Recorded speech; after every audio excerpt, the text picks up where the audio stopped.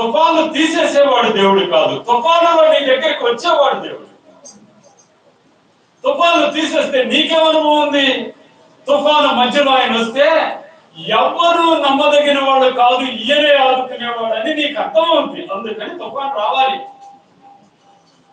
ఈయనే ప్రభు అని అర్థం కావాలి, ఈయనను వెంబడించదగిన వాడని అర్థం కావాలి, ఆయన కను దృష్టి నీ మీద ఉందని అర్థం కావాలి, ఆయన నిన్ను ఆదుకోవడానికి ఎప్పుడు దూరంగా ఉండడానికి అర్థం కావాలి.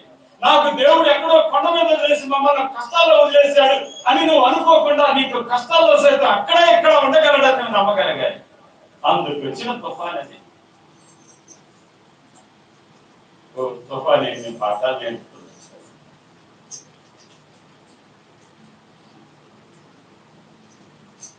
తుఫాన్ రావాలి. తుఫాను మధ్యలో యేసు ప్రభువారు ఆ సముద్రం మీద నడుచుకుంటూ వీడు ధోనిలో నుండి చూశారు. ఒక్కసారి భూతం అన్నాడు. ఈయనకి ఇప్పటికే చాలా భయాలు ఉన్నాయి.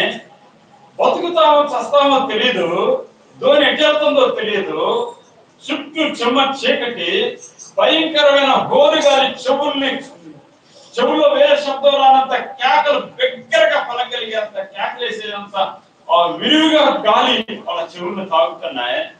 ఘోష, సముద్రపు ఘోష పెడుతున్న టైంలో చీకట్లో తెలియని ఒక తెల్లటి ఆకారం దగ్గరకు వస్తా ఉంది. ఇక చూడండి ఎలా ఉంటుందో. మీ దగ్గరకు వస్తే ఎట్లుంటుందండి, మీరు ఒకసారి మీరు సముద్రం మీద చీకటి ఒక తెల్లటి ఆకారం దగ్గరకు వస్తుంది నడుచుకుంటా. సముద్రం మీద నడవగలిగేది ఇద్దరే ఇద్దరు. మనకు తెలిసి ఇద్దరులో ఒకళ్ళు గుర్తుంటారు, కానీ ఒకళ్ళు గుర్తుంటారు. ఎవరు గుర్తుంటారు తొందరగా? అబద్ధం అనుకోండి చెప్పారు. ఉన్నదన్నట్టు మన ఫస్ట్ గుర్తొచ్చేది ఎవరు? దైవమే. తెల్లటి ఆకారం చీకట్లో కనపడదంటే గుండెకి చచ్చిపోయేది అక్కడే అన్నమాట. అసలే సముద్రపు బాధలో ఉన్నామనంటే దెయ్యం మళ్ళీ ఒక ఆకారం దగ్గరికి వస్తుంది. పెద్ద కేకలేట వదిలేశారు. ప్రభు ఏమన్నారు చూడండి, అక్కడ ఏమని రాస్తుంది. వెంటనే యేసు వెంటనే ఏమన్నాడు? వెంటనే యేసు చెయ్యి ధైర్యం తెచ్చుకోండి, నేనే, భయపడమాకండి. 3 మాటలు చెప్పాడు. వాడు ధైర్యం తెచ్చుకోండి అన్నాడు. ఎప్పుడంతా? వెంటనే అన్నాడు. ఆ వెంటనే నువ్వు రాజకీయాల్లోకి వెళ్ళొద్దని చెప్పడానికి అన్నాడు. ఈ వెంటనే నువ్వు గుండె ఆగిపోకుండా ఉండటానికి వెంటనే ఆయన వెంటనే ధైర్యం తెచ్చుకోండి, నేనే. లేట్ చేస్తే గుండె పగిలి చచ్చిపోతారు 12 మంది.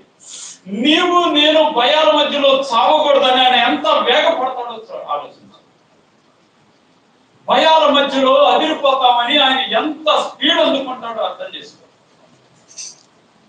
నిన్ను విడిచిపెట్టే దేవుడు కాదు, వెంటనే ఆయన కలుగు చేసుకున్నాడు. నువ్వు భయపడుతున్నావని ఆయనకు తెలుసు. నీవు ఏ వాతావరణం మధ్యలో పెరుగుతున్నావో దేవుడికి తెలుసు. తెల్లాకారం కనపడదంటే ఫస్ట్ నీ నోటి నుండి వచ్చేది దెయ్యమే. ఈ కథలో చెవులోకి వెళ్ళినట్టు దేవుడి గురించి అలవు. నేను వెళ్తుంటే రాత్రి గజ్జలు మోగిని పడుకొని ఉంటే ఎవరు గల్లు గల్లు గల్లు గల్లు అంటే తలుపు చూసే కానీ ఎవరు కాని రాలేదు.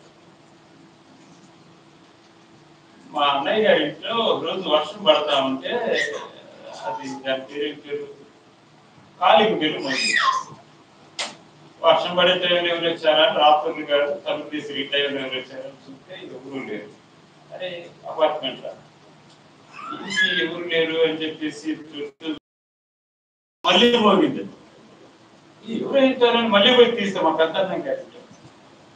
మళ్ళీ తీస్తే మళ్ళీ ఎవరు లేరు. భయం వేసి తలుపేసి మళ్ళీ మోగింది. ఇక తలుపు తీయట్లా,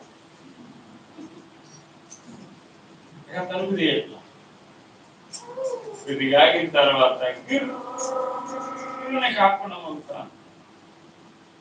జనంగా తలుపు తీశారు. ఎవరు కంటిన్యూ కట్టు ఇప్పుడు దొరుకుతారని తలుపు తీశారు. ఎవరు లేరు. ఆ వర్షపు నీళ్లు దాంట్లో పడి అత్తయి ఆ బెల్లు మోగుతుంది. ఈ కథ